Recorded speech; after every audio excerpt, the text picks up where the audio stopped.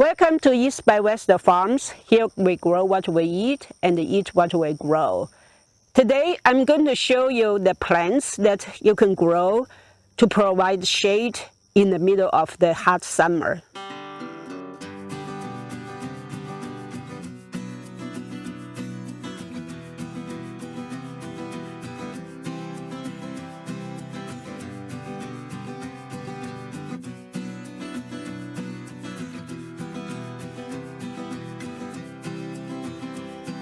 This summer has been the worst summer I have had since I come to Texas. It's very challenging even for a lot of master gardeners. The reason is that it took a while for the weather to warm up in spring, and then just within 1 week it switched from a cool season, spring season, to hot summer. That doesn't give the plants time to set up roots and get prepared for the summer.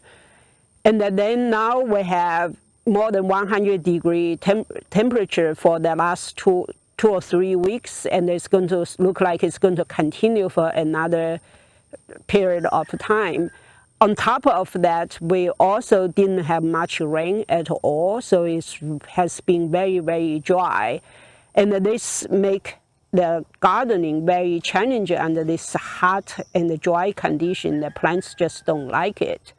So this is also a learning opportunity for us to observe what kind of plants that can survive, even thrive in this kind of condition, and that is what we are trying to learn so that we can plant these plants for this kind of extreme weather condition. One crucial thing that you can do for gardening in the heat is to provide shade for both the gardener and for the plants.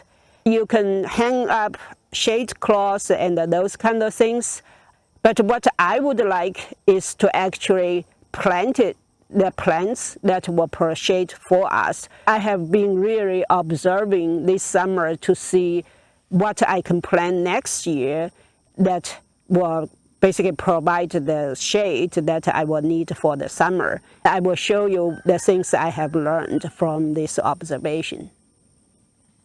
My first choice of plants for creating shade would be sunflowers. I have a row of sunflowers. I planted them because this is a new gardening area, and I planted them for conditioning the soil.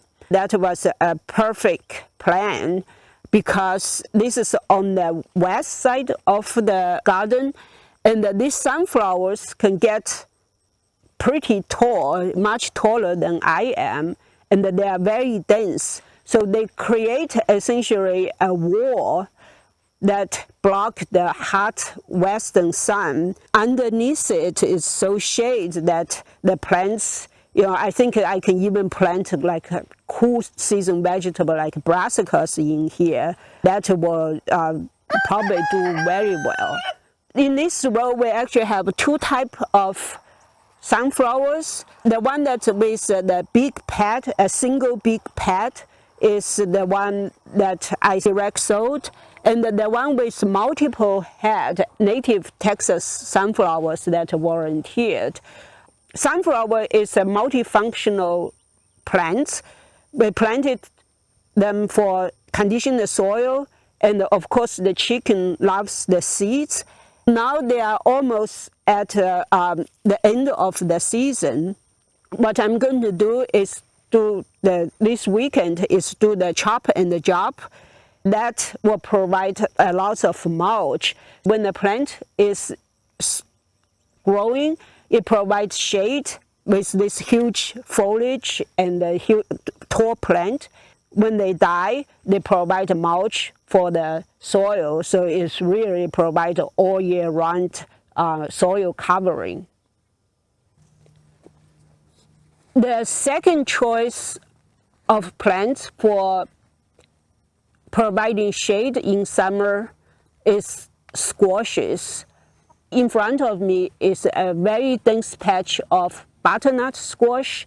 When the weather switched from a cool spring temperature to hot summer temperature in 1 week, I know that we're going to have a very tough growing season.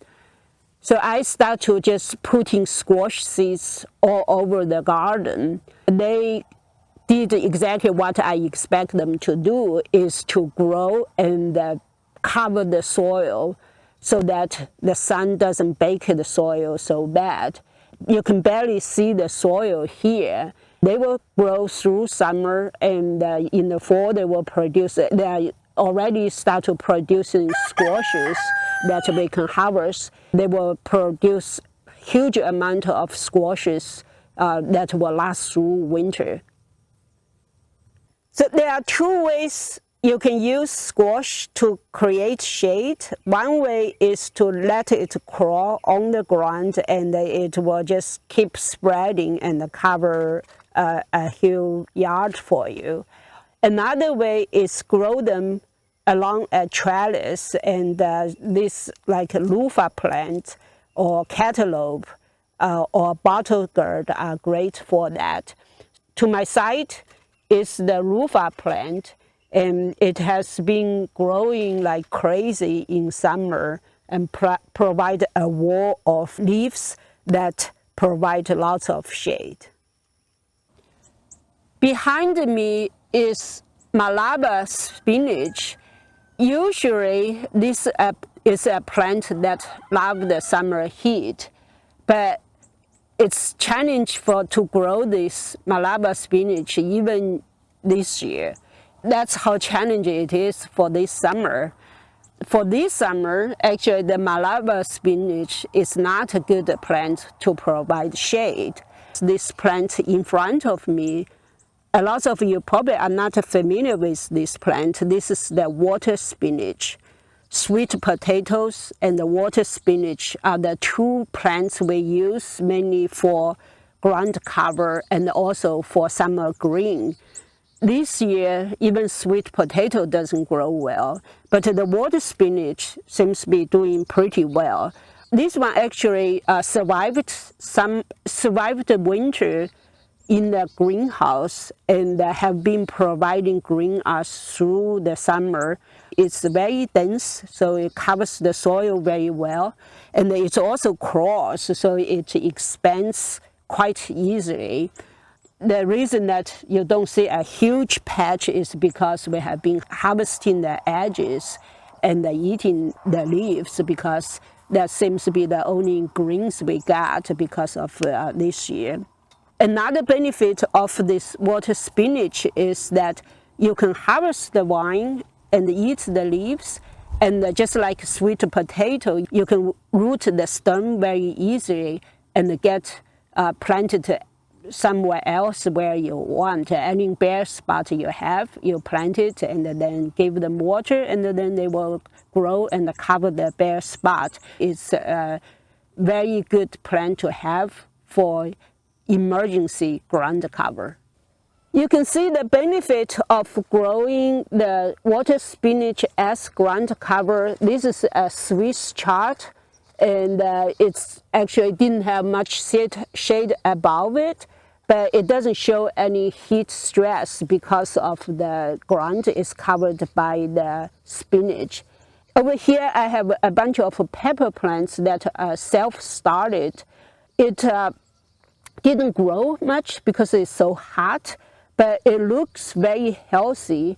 And now that the night temperature have dropped below 80 degrees, and they start to show some, start to grow, and some even have bloom already. I will be able to dig these plants up, the pepper plants up, and transplant them in next week or so, when hopefully the weather will get cooler. The third plant that will provide a lot of shade for you in summer are corns. In front of me is a patch that used to have corns that are taller than me. When they were growing, they provide lots of shade. After I harvested I just did a chop job. It produced lots of biomass that essentially covered the whole patch area, so I don't have exposed soil. I did this just last week. Now I can see that some bean plants start to emerge out of the mulch. That gave me an indication that now is a time to direct sow your fall plants. Even though the high temperature is still about 100 degrees Fahrenheit, the night temperature actually has been dropping and it's now below 80 degrees Fahrenheit. The plants notice that and they start to grow. You can see the pea trees start to send out new growth, and you'll see new seedlings start to come out. This weekend I'm going to clear out some of the ground cover or the cover crop and start to sow in my fall garden. The fifth plant that provides shade for you in summer is okra. This is the first year I'm growing okra, and I had no idea how the plant looked like. I chose this small patch as a kind of a trial garden.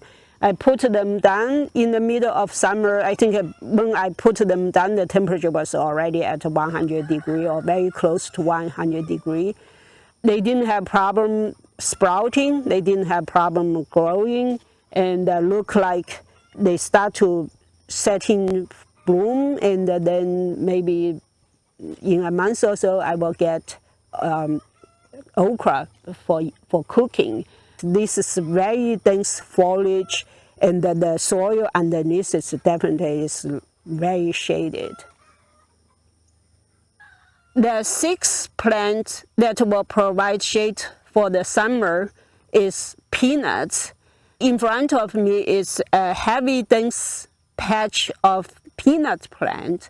The nice thing about peanuts is in Texas, it's actually almost like a perennial. These are grown from peanuts that we didn't harvest last year, and they were stayed in the ground through winter and self-started in spring and grow into this huge bush over here. I can barely see the soil, and I see some blooming. You can also harvest the green for cooking, and we made 1 or 2 dishes out of it. It was actually very good. This will be a very nice permaculture plant for us because we can just harvest the peanuts in the fall and leave a few in the ground, and then they will self-start next year and they continue to provide food and shade for us. In this video, I showed you your 5 plants plus a bonus plants that will provide shade in the summer for the gardener and for the plants. I hope you enjoyed this video. If you did, please give me a thumb up. If you have any questions or comments, please leave it down below. If you have not done so, please hit the subscribe button to follow our journey with the East by West Farms.